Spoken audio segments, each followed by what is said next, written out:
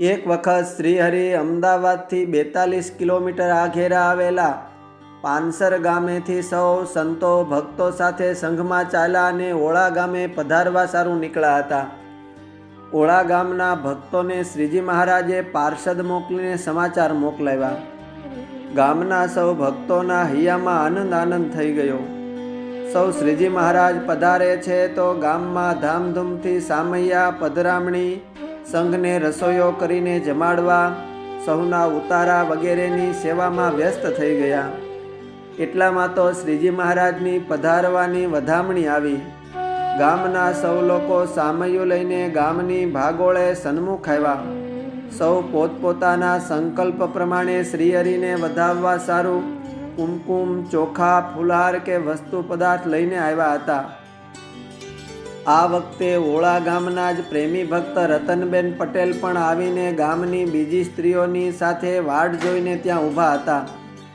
રતનબેને શ્રીજી મહારાજ પોતાને ગામ પધારે છે તેવી વધામણી સાંભળીને જાણે કે પોતાના ઘરે વિવાહ પ્રસંગ હોય તે રીતે તેમણે પોતાનું ઘર શણગાર્યું.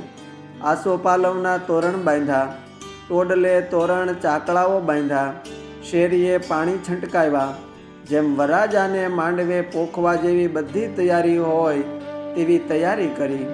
રતનબેન નવું પાનેતર ચૂંદડી પહેરીને ધર્મકુંવરને પોખવા તૈયાર થયા.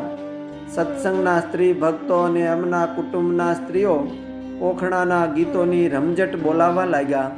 જાણે જાન આવતી હોય તેમ તેમના ઘરની શેરીમાં ઢોલ વાગવા લાગ્યા. આ પ્રેમી ભક્તે એ સમયે તમામ લોકલાજનો ત્યાગ કરીને જેમ લોકમાં સૌ કોઈ તોરણ આવેલા વરરાજાને પોખે તેમ હેતે કરીને શ્રીહરિના પોખણા લીધા. ધર્મકુંવર રતનબેનને ઘેર પધાર્યા. ગોર મહારાજ હાથમાં થાળી લઈને વરરાજાને વધાવવાના મંત્રો બોલવા લાગ્યા.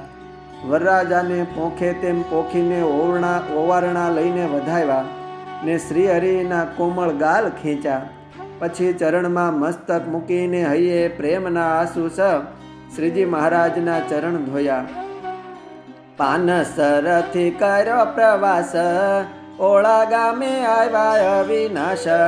પ્રેમી ભક્ત પટેલ મોજાર, જેને હરિ માહેત પાર. જાણો ઋણુ રતનબા નામ, નામ પ્રમાણે ગુણ તમામ. વાલાજીની વધામણી જાણી, અતિ ઉમંગ ઉરમાણી. બાંધા તરિયા તોરણ બાર, બાંધો મંડપ સુંદર સાર. શણગાર સજી સહુ નારી, ગીત ગાતી આવી બહુ બારી.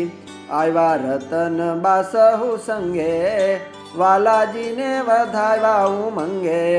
શોભે હાથમાં પૂજાનો સાજ, તજી લોકને કુળની લાજ. વર રાજાને પોખે જે પેર, એમ વધાવ્યા હરખ ભેર. શ્રી પુરુષોત્તમ ચરિત્ર પુષ્પગુચ્છ પુષ્પ 57. આ સમયે ઓળા ગામના સ્ત્રી ભક્તોએ તમામ લોકલાજ કે કુળના રૂઢિ રિવાજોને કોરે મૂકીને લોક મર્યાદા ઉલ્લંઘન થાય તો ભલે થાય એમ દ્રઢ નિષ્ઠા સાથે પોતાના ઘરે ધામધૂમથી સામૈયું કર્યું હતું. શ્રીહરિ પણ પોતાના ભક્તોના મનના તમામ મનોરથ પૂરા કર્યા. શ્રીજી મહારાજ સત્સંગમાં વિચરતા ઘણી વખત આ ઓળા ગામે પધાર્યા છે. ઓળા ગામમાં હાલમાં પણ ખૂબ સારો સત્સંગ છે. ઓળા ગામમાં ઘણા મહારાજના પ્રસાદીના સ્થાનો છે. તેમાં રતનબેનનું ઘર પણ આવેલું છે. આ પ્રેમી ભક્તને નિષ્કુળાનંદ સ્વામીએ ભક્ત ચિંતામણીમાં ચિંતવા છે. પ્રકરણ 119 કડી 10માં. ભક્ત કાકુજીને કાશીદાસ, શિવધરદાસ નો ઓળામાં વાસ. રૂડા ભક્ત છે બાઈ રતન, એ હરહે ઓળે હરિજન. અસ્તુ. જય સ્વામિનારાયણ. શ્રી ભક્ત ચિંતામણીના મુક્તોના